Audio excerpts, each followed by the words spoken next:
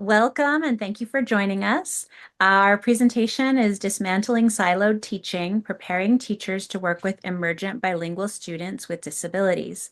I'm Marcella Cardoza McCollum from San Jose State University, and I'm joined by my colleagues Ash Busby and Eduardo Muñoz-Muñoz. Together, we're going to share our collaborative work designing an integrated approach to teacher preparation that centers language, justice, and disability. So this quote, "Our systems divide what children integrate daily," captures our shared entry point. Across California, and in fact across the nation, teacher education often prepares candidates in silos. We have separate credential pathways for bilingual education, for special education, for speech language pathology. We have limited opportunities for collaboration. And what that ends up doing is creating fragmented supports for our students who live at the intersection of language and disability. So we wanted to challenge that fragmenting by asking, what would it look like to prepare teachers who are fluent in both bilingualism as well as advocacy, understanding linguistic justice as well as disability justice? And that question shaped the work that we followed. Well, first of all, first things first, who are our emergent bilingual with disability students, the EBWDs? Well, this is important for us to define because we need to reconceptualize what is the identity of these students and the issues that emerge from the creation of label. Labels in education always have like a two direction force, and sometimes they have unintended consequences. A label may help us understanding the realities of students, but at the same time, it's a weight to carry and can lead to a stigma.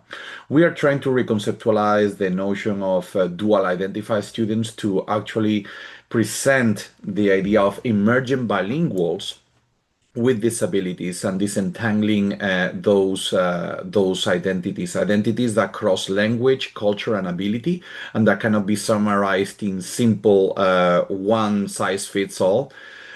We have a situation of equity with regards to EBWDs in the sense that strengths are often misread as deficits, and that's based on linguistic ideologies and the preponderance of English and the dominance of English as a medium of instruction, and also stereotyped and oversimplified models of what it means to be successful or what it means to be communicatively successful in schools. And last, but not less important, the fact that in education, families, in the education of EWDs, families are often under-recognized as knowledge partners into what it means to provide the appropriate services and that they are entitled to. Therefore, our reframing of students, so-called dual identified students as EBWDs is calling for a reconceptualization of their identity, their situation, and how the system has effectively, or rather ineffectively, supported them so far. Also underpinning our research, our work, and our philosophy and how we structure this is the combination of DisCrit and funds of knowledge. The theory behind DisCrit, it brings together disability studies and critical race theory to show how racism and ableism are intertwined, how our students are labeled, tracked, and disciplined through intersecting systems of inequity. Funds of knowledge, of course, reminds us that our students' cultural, linguistic, and familial experiences are rich sources of expertise. And when we merge these two frameworks, we move towards the whole child justice-oriented pedagogy. This pedagogy rejects deficit-based views of bilingual and students who have been labeled as disabled. It asks us to see identity, language, and differences as interconnected sources of insight and strength. It also asks our teacher educators to move beyond isolated skill instruction and move closer to classrooms that reflect students' whole selves, not just their IEPs, not just their test scores, not just their English proficiency levels. So it's with this ideology that we started to develop that we started to move into programmatic practice. This led to our cross-departmental collaboration, which initially began in 2019. The most recent iteration took place in the spring of 2025, where we came together to reflect on how this collaboration was going. And through that conversation, we decided that we needed to provide further opportunity for our candidates to enact a de-siloed stance, to move the theory that we were discussing into practice. And through this collaboration, we developed a collaborative learning experience. This design choice ensured that the learning structure reflected the bridge between theory and practice that we were asking students to take on. So beyond practicing this de-siloed stance, the collaborative learning opportunity was also a way to support students in moving away from a mere checklist approach to serving EBWDs and really towards us adopting a responsive approach that accounts for the holistic and individualized context of each student. So candidates were provided with 2 scenarios in which they were asked to consider various factors, considering what additional information might be needed to take action, what steps they would recommend, what the role of power was within the scenario, and their suggested response to that, and in addition to considering any key partners for collaboration. So this is an ongoing and continued program that we enact each semester with our candidates. And really the pedagogical shifts are a reflection of, rejecting a deficit-based view of bilingual students as labeled with disabilities, and any students classified as quote unquote non-normative. So really, again, asking students or our candidates to look at their students through this lens of how their various factors of identity, culture, and language and differences are sources of insight and strength and assets to be leveraged within the classroom.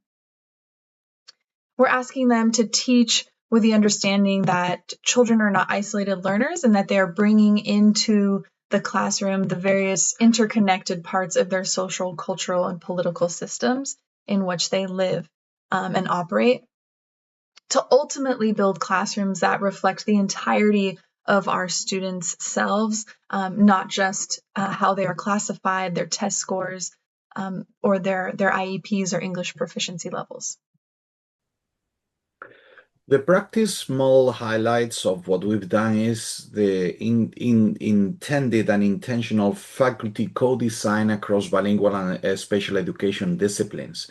We have developed sessions that build on the strengths of both areas and at the same time trying to open spaces, those interstitial spaces where candidates often are not shown because of the disciplinary boundaries that we create and that we intend to take down. Part of this theory of action as well includes that we are purposefully asking for an integration in these profiles of of the EBWDs, integration of the IEP and also the language goals. So it's highlighting language goals as something that it is not distinct from what the IEP entails. So it's a holistic approach to communication. We also have developed structural reflection protocols as part of our work with candidates that address and try to put the spotlight on intersectionality and advocacy possibilities for the candidates as they go as they become teachers of record. And then we also operate within a specific legal framework. And in doing this, we are integrating the existing coursework with the bilingual teaching performance expectations, with accreditation standards, and also trying to even advance what is required and exceed what is required by the state.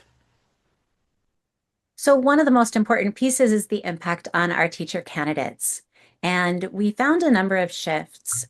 One of the shifts that was most powerful this is a quote directly from one of our teacher candidates who shared, "I used to think of language support and accommodations separately.